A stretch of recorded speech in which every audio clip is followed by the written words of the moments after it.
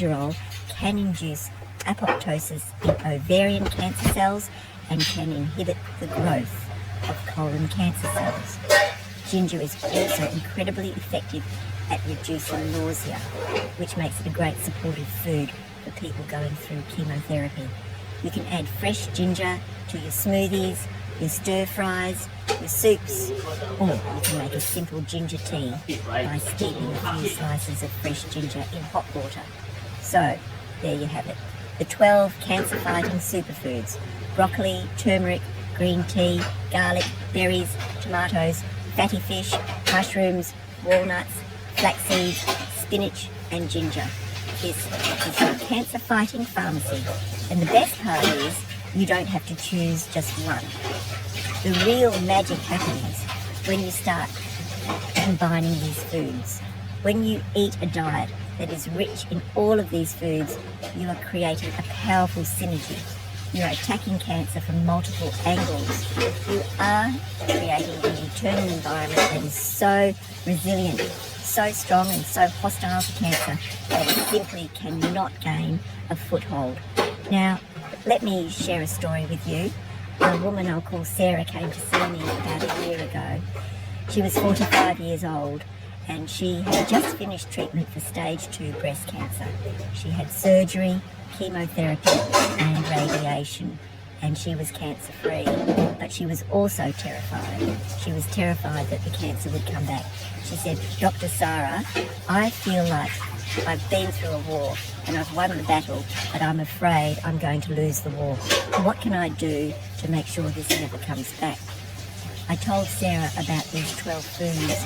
I explained the science behind each one, and I gave her a simple challenge. I called it the Daily Dozen Challenge. I asked her to try to incorporate as many of these 12 foods into her diet as she could every single day. At first, she was overwhelmed. She said, "How am I supposed to eat all of these foods every day?" So we made a plan. For breakfast, she would have a smoothie of spinach, berries, flax seeds, and a scoop of protein powder. For lunch, she would have a big salad with leafy greens, tomatoes, walnuts, and a piece of grilled salmon. For dinner, she would have a stir fry with broccoli, mushrooms, garlic, onions, and ginger, served with a side of quinoa. And throughout the day, she would sip on matcha green tea and a turmeric ginger tea. There was a lot of food, but it was all real, whole, nutrient-dense food. Sarah committed to the challenge. And over the next few months, she started to feel a profound shift in her health. The fatigue that had lingered after the chemotherapy started to lift. Her skin started to glow, her digestion improved. She felt more alive than she had in years. But the most incredible part came at her 6-month follow-up with her oncologist.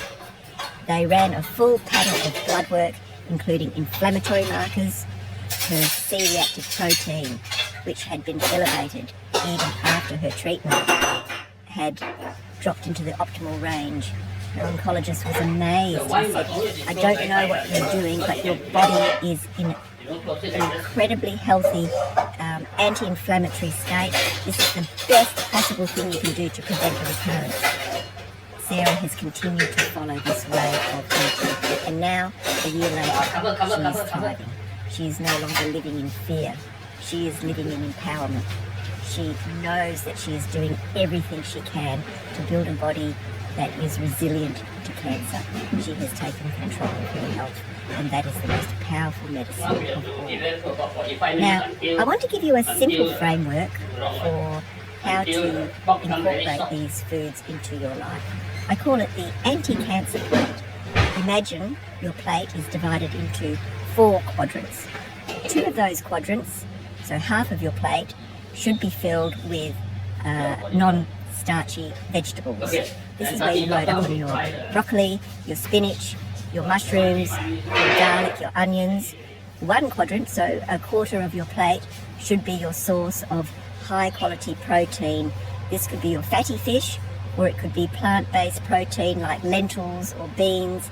And the final quadrant, the last quarter of your plate, should be your source of healthy fats and or healthy, slow-burning carbohydrates. This is where you put your avocado, your olive oil, your nuts, your seeds, or a small portion of a whole grain like quinoa or brown rice